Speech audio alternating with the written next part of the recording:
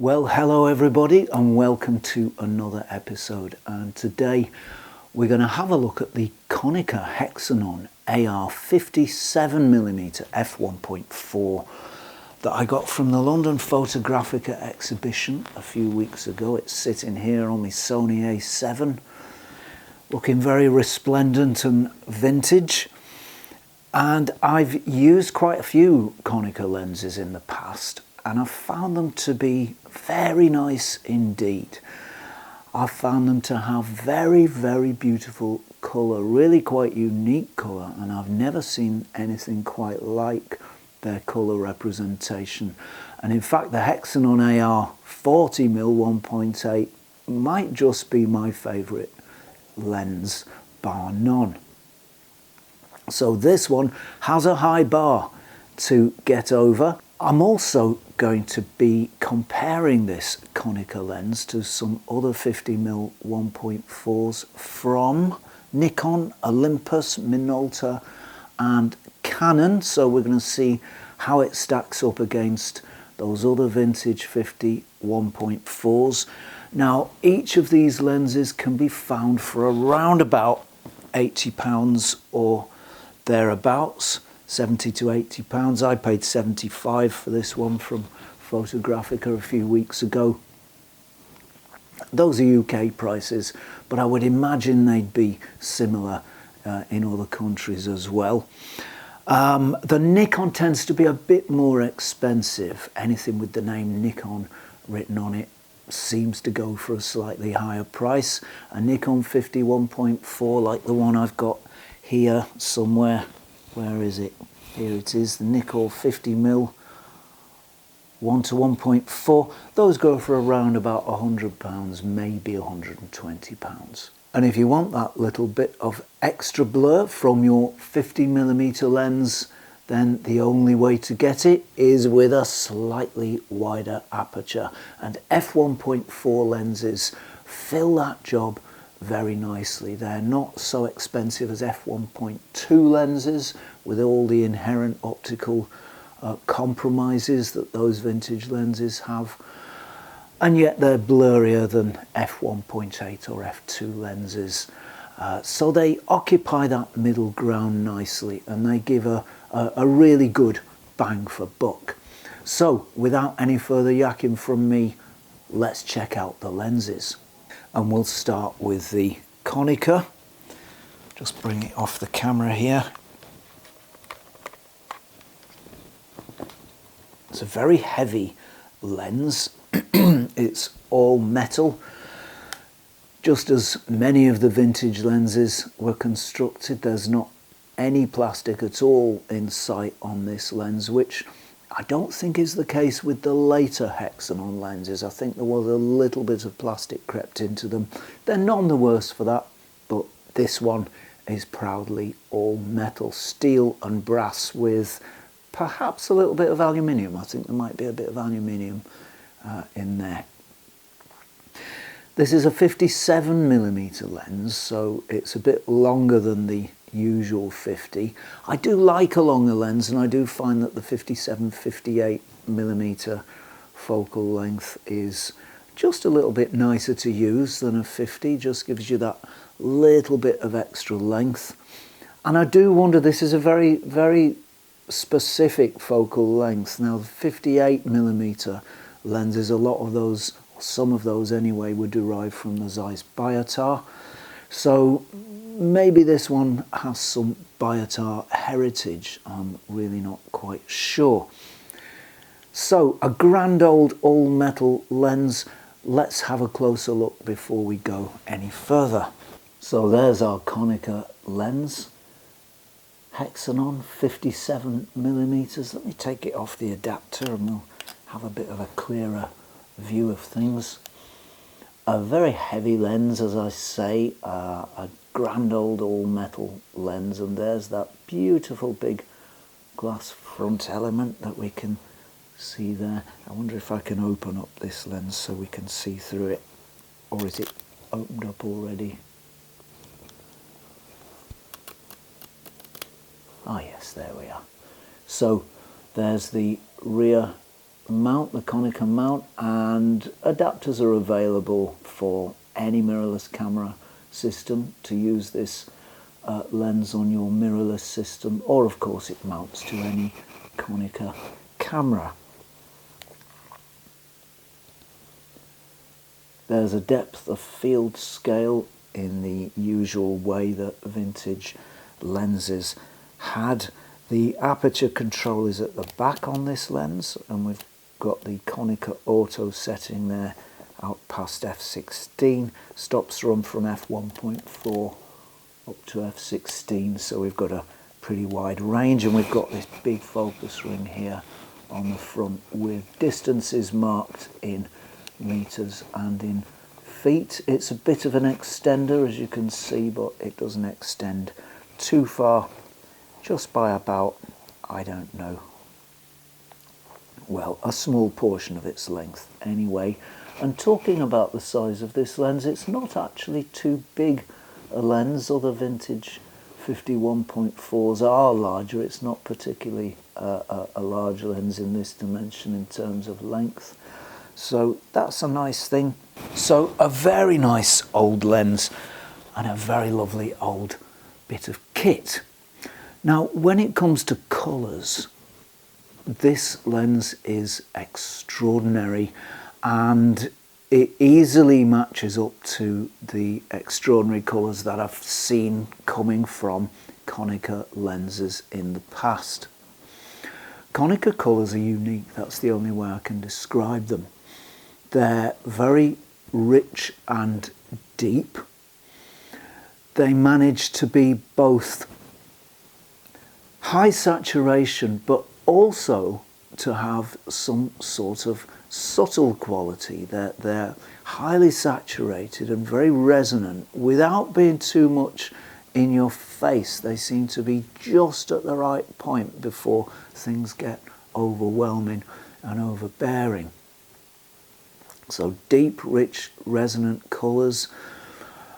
Just a beautiful colour palette from this lens. When you enter the world of Konica colours, you're in an entirely different colour world.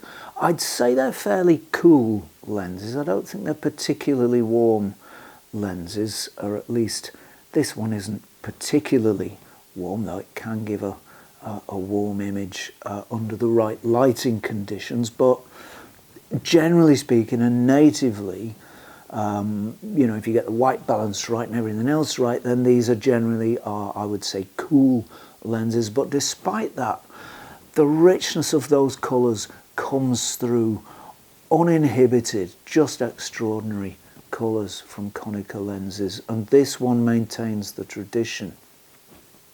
That's helped by good, strong contrast, but that contrast only emerges in good conditions. If you don't have any light hitting your lens at the wrong angle, if you don't catch a flare from a strong light source, this lens has good contrast. But if you do catch a flare, if you do catch a stray strong light source, then it does wash out, and it washes out fairly readily. So you really need to protect this lens from the sun, either with your hand, just shield it with your hand if you're you know, happy doing that, or otherwise just put a hood on there if you think you're going to be shooting either, well, not into the sun, but into an angle where you're going to catch the sun or any strong light.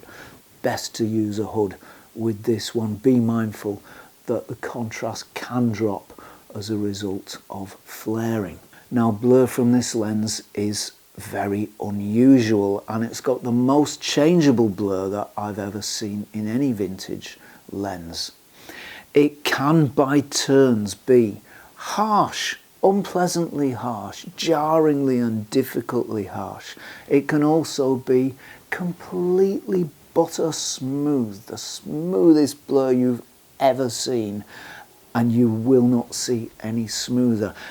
But then the third aspect of its character, it has a third aspect that really is quite unusual. Sometimes the blur is just wacky and downright surreal, and that might be my favourite aspect of this lens. The odd blur entertainingly odd blur that can sometimes emerge, although at other times it's buttery smooth and at other times it is a little bit harsh. So you need to work this lens carefully to get the kind of blur that you want out of it, though it is nice that it will give so many different kinds of blur, and you know, you might play with that for aesthetic effect. It's a reasonably sharp lens. It's not the sharpest lens here, but it's not the softest either. I'd say it falls somewhere in the middle, and it's round about where I'd expect a vintage 1.4 50 to be in terms of wide open sharpness. So round about, you know, roughly what you'd expect for this kind of lens. It does get sharper if you stop down, much sharper actually. It really sharpens up, and by f4, 5.6, f8, gosh, this is a very sharp lens indeed. And it also makes the blur behave itself a little bit better as well. I think the blur is rather better behaved from this lens when you stop it down. That is to say, it's more predictable.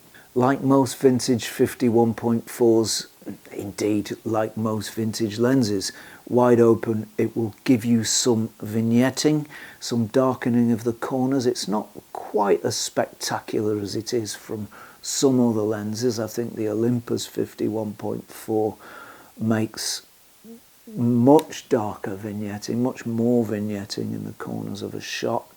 So kind of average, I'd say. It is there, it's not always a bad thing. It can make a nice effect. If you don't like it, stop it down a little bit and it will disappear by f8. I really like this lens and I was very, very pleased with it indeed. And I love the way it shoots, and I love the way, I love the images it makes too. I paid £75 for it from Photographica, and that's about the right sort of price to pay for one of these. Any more and you're paying over the odds, any less and you've got a bargain. A very nice lens indeed. I better get it back on the camera before the sensor gets dusty. So how does our Konica lens compare to the rest of our 50mm vintage 1.4s? Well, let's check them out, beginning with the Nikon. The Nikon Nikkor 50mm f1.4. This is a lovely lens and it has very much Nikon characteristics. Again, it's an all metal lens. Everything, I'm pretty sure it's all metal anyway. I wouldn't expect anything less from Nikon. Let's have a quick look before we continue. So there's our Nikon Nikkor lens, and again this one has another beautiful big glass element. The way these lenses are made is really quite extraordinary. Imagine trying to grind a glass element like that. Quite astonishing. An all metal lens, a very tough, very rugged feeling sort of lens, same sort of arrangement as the Konica, focus ring at the front, aperture at the back. The Nikon mount, well, you can mount this lens, you can get adapters to mount this lens to pretty much any digital mirrorless camera, just the same as all the others here. So there is the Nikon. This is one with the rabbit's ears on top. I believe these are called rabbit's ears. So there we are, that's to operate the aperture mechanism on certain Nikon cameras, but of course on mirrorless that's not needed.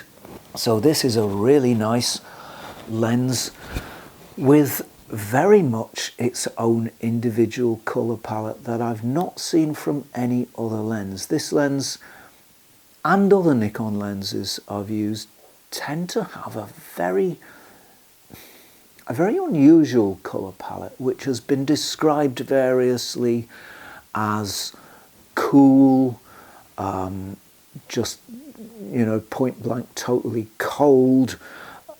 I wouldn't call it that. I think that I think it's something to do with the coatings actually, and this is a lens that emphasizes certain tones of reds and blues in a particular way, and the relationship between those colours is quite unusual as well. And I only know Nikon lenses to do this. I don't know any other lenses that will produce this type of colour palette. I really like it. One viewer commented last week that actually it wasn't a cool colour palette, it was a realistic colour palette. Well, now, I'm not sure about that, because any lens, any image we make is a metaphor and an abstraction of reality. So I'm not sure that we can measure colours in those terms, because even colour vision is subjective to each individual. So I'm not really sure we can apply the term reality to colours from a lens. I think the best that we can hope for is that it gives some impression of what reality is like. And different lenses do that in different ways. They all make their own metaphors. They all have their own relations between colours and shades. So this is just another take on that. But very unusual colours and very likeable colours too. Good contrast from this lens, but again, like any vintage 50, it will flare. It's a sharp lens, but it's not particularly sharp. I'd say it's, again, like the Konica, I'd say it's round about what we'd expect a vintage 50 1.4 to give in terms of sharpness. The blur is very nice on this lens. It's much more predictable than the Konica lens. The Konica is a very unpredictable lens for blur. It can be wonderfully soft, but it can also be wonderfully wacky. This one is more consistent. It's not particularly smooth, though it can give very nice, smooth, delicious blur. But then again, it's not particularly harsh either. Its harsh points never reach the harshness that the harsh points of the Konica does. So it's sort of more within narrow boundaries, I think, that this blur operates. And again, like any vintage lens, it will vignette. It's a beautifully made lens. I think the main reason for buying this lens would be to take advantage of that colour palette, and it really is quite unique, and I think that's this lens's unique selling point. It's a beautiful lens, and you can find them for around about £100 to £120, less if you're lucky or patient. Very nice lens indeed. Here's the Minolta Auto Rokkor-PF 1:1.4 lens, and this is a lens that I initially bought in a rather broken and beaten up form. This isn't that same lens. I did attempt to repair that beaten up lens that I bought. It was kind of in the sort of condition where it looked like it had been at the bottom of a lake for the past 10 years. I thought I could fix it up, but in the end I couldn't. It was just a little bit too far gone. So I managed to find another one, and I was lucky enough to find this one for the incredible sum of £30. That was a year or two ago. I think it was a couple of years ago. And prices have moved on since then, but even then I was lucky at the time to find it for that price. Its more natural price at that time would have been £60 to £70 or somewhere in that area.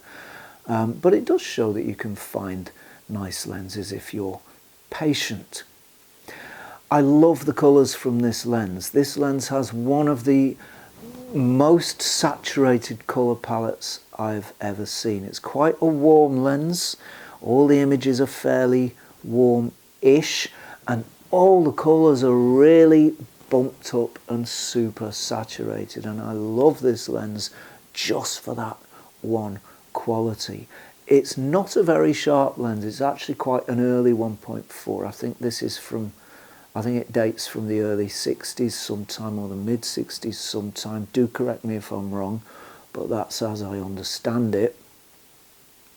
So it's not the sharpest 1.4 by any means. In fact, it's the softest here today.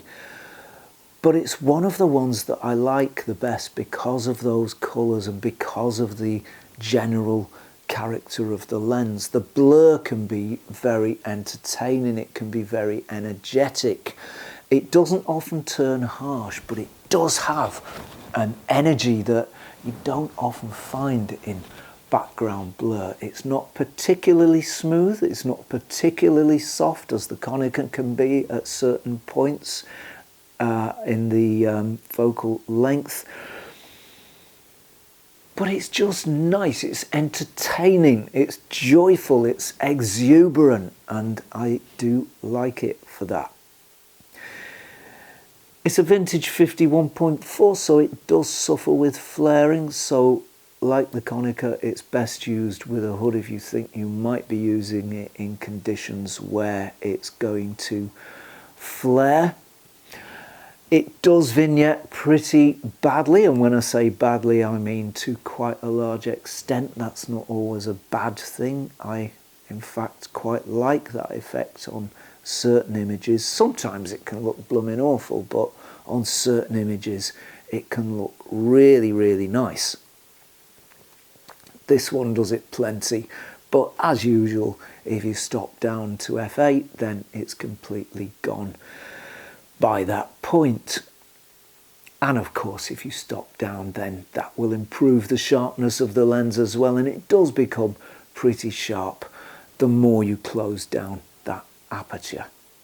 A very nice lens indeed, worth considering if you're looking for a 1.4, worth considering just because it's got some of the most fantastic colours. If you want a beautiful lens for colour, for really strong, high power, saturated colours, this could well be it. It will cost you around £70 to £80, and I reckon it's a bargain at that price. A very nice lens indeed. Now, sitting on my Canon T70 over here, which I must admit is a camera I've not shot yet, and I must get around to shooting soon, but sitting on that camera is one of the nicest 50mm 1.4s, vintage 50mm 1.4s I've shot, and that's the Canon FD 50mm f1.4. This makes beautiful images. It's not quite as well made as some of the other lenses here. That is to say, there is some plastic used in its construction. So let's have a quick look before we go on, just to begin with, and have a look at the Canon lens. So Canon 50mm new FD 1.4 does have plastic. The aperture ring, I think, is plastic. I think possibly this part of the lens at the front here is plastic. It's hard to tell, but there is a fair old bit of plastic used in these lenses, and they are sometimes looked down upon because of that. But honestly, I wouldn't let that bother you. These are really nice lenses. This one has stood the test of time. Everything's nice. The focus ring at the front there moves really nicely and smoothly. There's no rough spots in it at all. The aperture ring turns nicely and cleanly, no problems there. The glass is clean and clear. Can I open the lens up? Yes, I probably can if we move the various levers on the back here. Canon lenses are a little bit complex in their levers and switches, and I don't think I'm going to be able to open that one up unless it's on a camera or an adapter. But there we are. There's the Canon FD mount at the back, and again, adapters are available for mounting that to any mirrorless camera that you can care to think of. So, unusually, a vintage lens from one of the major manufacturers with quite a lot of plastic used in its construction, but don't let that bother you. As I say, this one has obviously stood the test of time, and it's one of my favourite 50 1.4s. Colours are more delicate than from certainly than from the Minolta and from the Konica, and probably from the Nikon as well. These colours are a little more restrained, a little more pastel-y. They're very bright and very beautiful and very lovely, but they are that little bit more restrained and that little bit more pastel-y. I really like the colour palette that this lens has. It's very unique to Canon, and it really gives this lens personality. I don't know many other lenses that will give colours like this. Generally, the rendering is more like a modern lens than pretty much all of these other vintage 50 1.4s. The blur is a little smoother and well behaved and well restrained. The lens is very sharp. It's the sharpest lens out of those here today, and it's the sharpest by quite some margin. It's quite noticeable. It certainly is noticeable if you look. And generally it gives a more modern rendering. It's that bit more resistant to flare. I think the coatings are more modern. I think the optical formulation is a little more modern. It vignettes just that little bit less than most of the other lenses here today. That characteristic of vintage lenses it does have. So it's not so modern that it's not a vintage lens anymore. The blur is not as controlled as a modern lens. The lens is not as sharp as a modern lens, and it does have some vintage character, which I think in the case of this lens is defined mainly by those very delicate Canon colours which this one shows. This is a lovely lens, and these tend to be a little bit cheaper than most other vintage lenses. I think because they've got that bit of plastic used in their construction. Don't let that worry you. Take advantage of it. I've used loads of these lenses, and I've never once had cause to say to myself, oh gosh, and darn it, I really wish that Canon lens was made entirely of metal. It's just never happened. So buy an FD lens and enjoy it is my advice, and don't let the plastic put you off. A beautiful optic, possibly available slightly cheaper than the other lenses here today, maybe for around £60 less with patience or luck. And it comes highly recommended from me. A lovely little lens.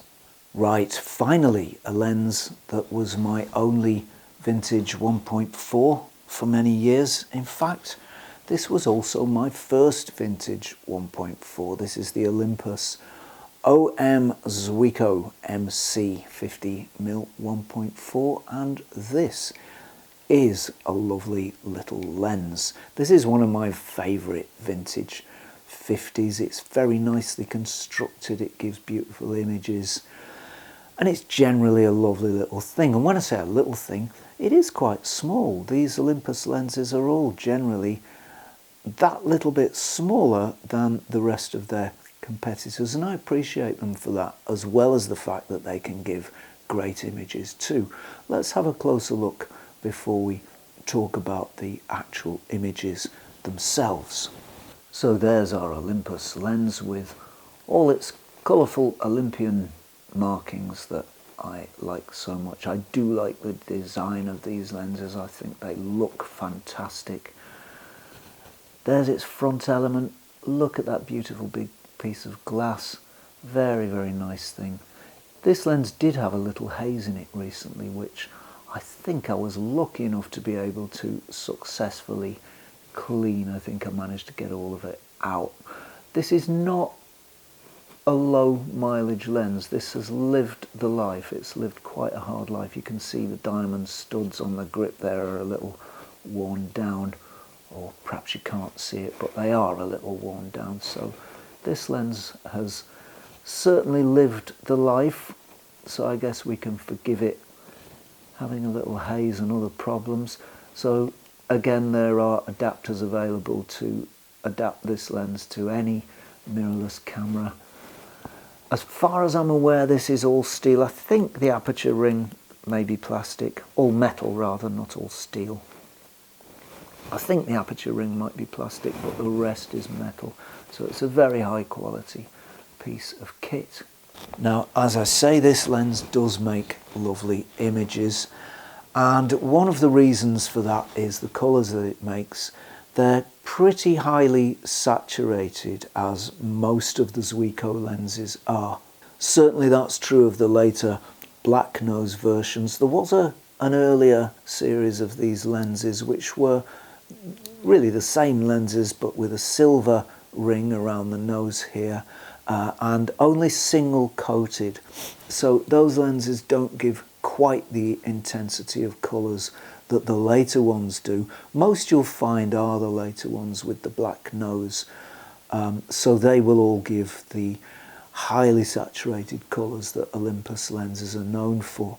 They're also known for pretty high contrast levels as well, and this one gives rather greater resistance, I think, to flaring, to losing contrast due to catching a stray ray of a strong light source. I think it has greater resistance to that than I think all of the other lenses here today. I don't think any of them are quite as good for resisting flaring as this one is, though of course it will drop out. It will flare if it catches light at the wrong angle. So very nice colour, very good contrast. The blur is generally soft, though there are one or two harsh points. They don't occur very often, but they do occur. Having said that, blur is generally soft, nice, pleasant and pleasing on this lens, and it's also a reasonably sharp lens too. I don't think it's quite as sharp as the Canon FD lens. I think that does take the prize for sharpness for these lenses, but it's probably not too far behind the Canon lens. That's the kind of sharpness that it will give you. So a delightful little lens, small, compact, not particularly heavy, at least no heavier than any of the others here, and a little bit lighter than some. Very nice colours, very nice contrast and very nice blur as well. These will cost between £70 to £80, as most of the others on test here today will. It's a beautiful little lens and you really can't get better. If you want a great all-round 51.4 that will, you know, serve any photographic need that you have, then this lens is it. A beautiful little thing. So there we are, that's it from me for today. Many thanks for watching. I do hope you've enjoyed this episode. Please don't forget to like, subscribe and hit the bell thing before you go. We do need subs, so give us a sub if you wouldn't mind, please. Many thanks to all the subscribers who've stayed with us for all this time and who've just joined us and who are supporting by subscribing. The more subscribers we get, the more this channel can bring you and the more we can do. Many thanks also to all of the patrons old and new, those who've been with us for a long time since the beginning, and patrons who've recently joined us. Many thanks to you. This channel, as I've often said, couldn't do what it does without your help. So many thanks to you. And if you like the content on this channel, why not consider becoming a patron yourself? You can do that over at patreon.com/Zenography, and you can do it for as little as $1 per month. So that's it from me for now. As ever, thank you very much for watching, and I will see you next time for some more Zenography.